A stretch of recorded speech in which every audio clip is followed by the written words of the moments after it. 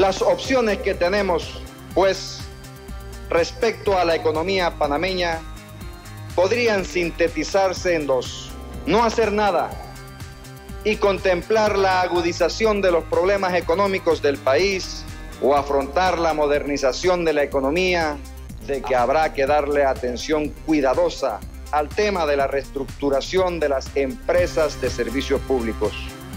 Hay unos estudios de la Universidad de Harvard que dicen que la mejor forma de hacer la privatización es esta, no se está haciendo para más. El equipo de gobierno designado ha realizado ya y seguirá realizando durante los próximos 5 años amplias consultas con todos los sectores que pudieran verse afectados por medidas gubernamentales. Los problemas económicos y sociales del país son graves y complejos. Panamá sufre el agobio de la pobreza, que afecta al 50% de su población, porcentaje del cual la mitad, es decir, el 25% del total de la población, vive en niveles de pobreza crítica. La tarea prioritaria, por tanto, es atacar la pobreza, hacerle frente a la deuda social. Para ello, se cuenta con un programa de 3 años que contiene medidas que comenzarán a aplicarse a más tardar en los primeros meses de 1995. Este programa social contará con el apoyo del Banco Mundial y del Banco Interamericano de Desarrollo, quienes harán aportes importantes que se sumarán a los recursos propios que aportará el gobierno nacional a esta tarea. Reforzaremos los recursos del Fondo de Emergencia Social con un aporte del BID del orden de los 40 millones de balboas, con los que el fondo podrá ampliar sus programas sociales. Iremos igualmente a una rápida definición de proyectos con organismos gubernamentales para atacar en todos los frentes los principales focos de pobreza. Desde el gobierno tenemos que afrontar la reestructuración del gasto público de manera que se produzcan los ahorros en la cuenta corriente que nos permitan disponer de recursos para hacer inversiones públicas. Las perspectivas de aportes del Banco Mundial y del BID para apoyar estos programas de inversiones públicas no pueden ser más esperanzadoras.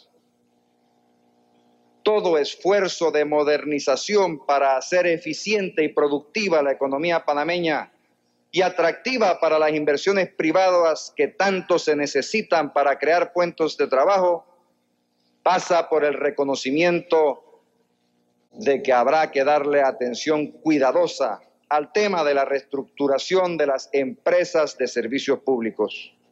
Un método para tratar este asunto sería la conversión de las empresas de energía eléctrica, teléfonos y agua en entidades corporativas, la cual permitiría incorporar el aporte de la empresa privada para reorientar, mejorar los servicios y reducir las tarifas. Para el caso de los puertos, la incorporación de la empresa privada se haría con base a la ley vigente de la Autoridad Portuaria Nacional.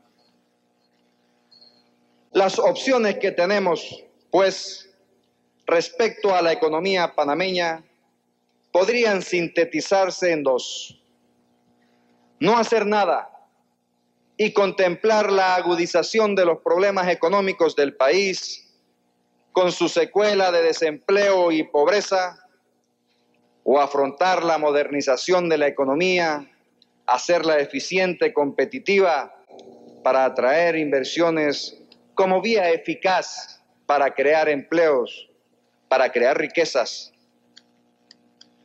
Para ser competitivos, la economía debe ser abierta y libre.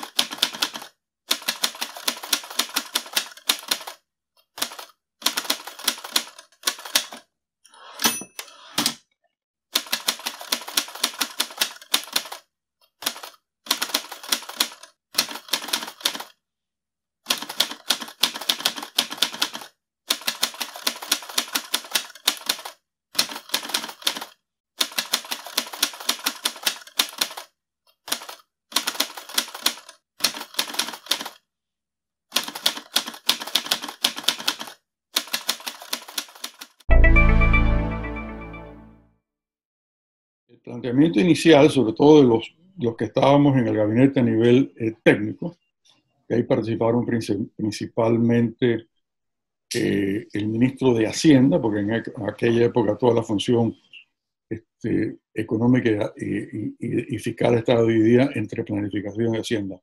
El contralor, que era Aristides Romero hijo, y el que en la segunda vuelta se nombró como director del IRRE, que es Fernando Aramburu. El pensamiento era privatizar directamente, venderlas, corporatizar las sociedades y convertirlas de un ente público a una sociedad anónima, con el Estado siendo dueño de todas las acciones, y que luego el Estado le vendiera las acciones, el 100% de las acciones a quien las comprara. Ernesto Pérez Valladares intuyó, midió que eso iba a tener problemas serios con su propio partido. Porque el PRD históricamente había sido, y hago la experiencia, había sido un partido de centro izquierda. Y tenía un ala que era más izquierda que el centro izquierda, que le llamaban en aquella época la tendencia, donde había una serie de personajes que todo el mundo decía estos son personas de izquierda. Y el PRD era en ese momento, no sé cómo es ahora, tengo una opinión, pero no tengo una vivencia directa, era un partido muy organizado. Y se organizaba a través de frentes. El frente empresarial, el frente profesional, el frente de la juventud, el frente de las mujeres, etc. Entonces, y ese frente tenía influencia política en el partido, tenía influencia política en la asamblea, donde había que aprobar las leyes.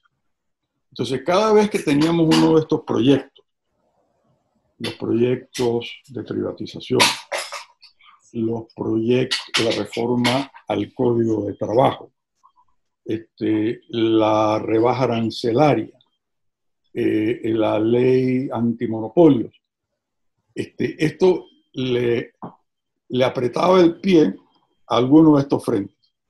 Y entonces el presidente me decía, tienes que ir con tales y tales ministros, principalmente los ministros más políticos, al frente tal y explicar esto. Y entonces uno empezaba a las 7 de la noche y regresaba a la casa en la madrugada, porque la presentación y el debate, el interrogatorio, pero era en ese sentido un partido muy organizado, muy responsable, y que respondía pues a posturas ideológicas y programáticas. Él dijo, esto no lo va a aprobar el partido. Diseñen una fórmula en que vendamos vendamos menos de la mitad, reteniendo el Estado también menos de la mitad y una parte más pequeña que sea de propiedad de los empleados de esas empresas. Pero para que la venta sea efectiva, el que compra el 49% en el contrato de compra-venta se estipula que va a tener el control efectivo de la administración de la empresa. Y ese modelo sí fue inspirado por él y técnicamente después. Y ese fue el modelo. Entonces, ese es el modelo que incluso internacionalmente se ha considerado como un modelo ideal. Hay unos estudios de la Universidad de Harvard donde dicen, bueno, la mejor forma de hacer la privatización es esta, como se está haciendo en Panamá.